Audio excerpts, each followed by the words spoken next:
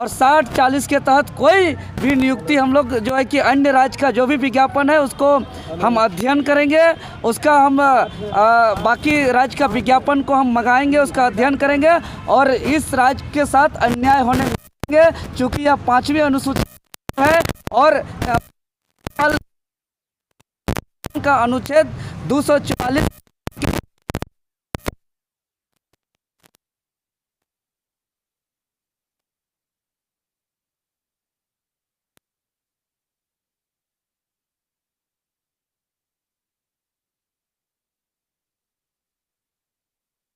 नियम को, कानून को, ये सारे बात हम लोगों ने बहुत गंभीरता से हुआ और स्पीकर महोदय भी हम लोगों से आश्वासन दिए हैं।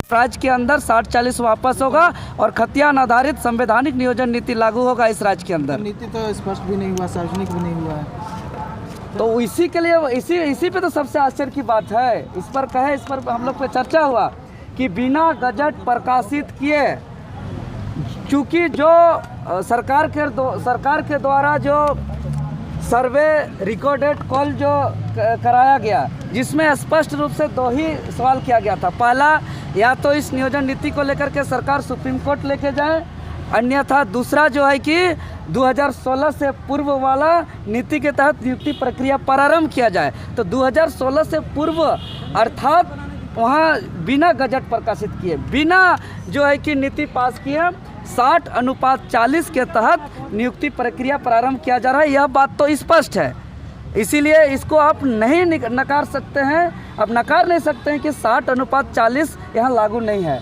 यहाँ लागू है 60-40 और उसी के तहत तमाम विज्ञापन निकाला जा रहा है। तो अब इस राज्य में ये सब नहीं चलेगा। तो आप चाह रहे जिस तरह से सरकार का गठन होता है बहुमत के आधार पर, उसी तरह से बहुमत के आधार पर ये नीति का भी रद्द होना चाहिए। जी, भारत के आंदोलन का इतिहास में एक नए अध्याय हम कह सकते हैं कि ये जो हम लोग विधायक संसद से लिखित समर्थन प्राप्त किए हैं, यह भारतवर्ष में किसी स्टेट में पहली बार हुआ है और एक नए अध्याय जुड़ करके यह ऐतिहासिक पन्नों में सदा दर्ज होने वाला है।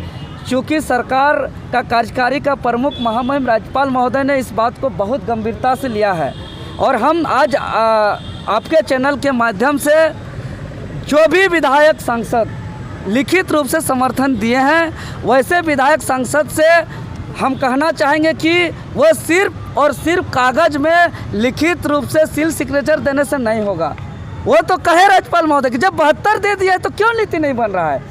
इसीलिए मानसून सत्र के दौरान तमाम जो है कि लिखित समर्थन से जो भी विधायक दिए हैं, वो मानसून सत्र पे हमारा आवाज़ को बुलंद करें, वहाँ सवाल उठाएं और सवाल उठाने के बाद स्पीकर महोदय भी हमें आश्वासन दिए हैं कि जो भी विधायक के द्वारा सवाल उठाया जाएगा उसको हम संज्ञान में सरकार के संज्ञान में लाने का काम करेंगे और यह नीति हम लोग बनाने में गंभीर है, ये आश्वासन हमें मिला है। इसीलिए यहाँ के विधायक सांसद बाहर अलग और भीतर अलग बोलने का काम ना करें। जो बात उन्होंने सभा में करते हैं, जो बात उन्होंने जनता के बीच में करते हैं, जिस बात और जिस मांग को लेकर के उन्होंने सील सिग्नेचर के साथ जो हमें समर्थन दिए हैं, वो बात मानसून सत्र के दौरान विधानसभा के अंदर गूंजना चाहिए।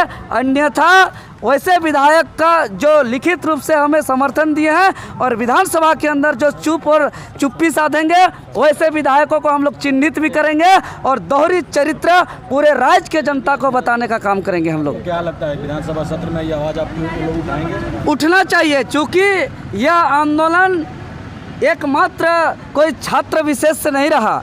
यह आंदोलन झारखंड का जन भावना बन चुका है और झारखंड राज्य के अंदर लगभग 3,52,000 से ज़्यादा जो रिक्त पद पड़ा हुआ है, जिसका नियुक्ति प्रक्रिया संचालित किया जा रहा है, जिसमें झारखंड शब्द को गायब कर दिया गया है।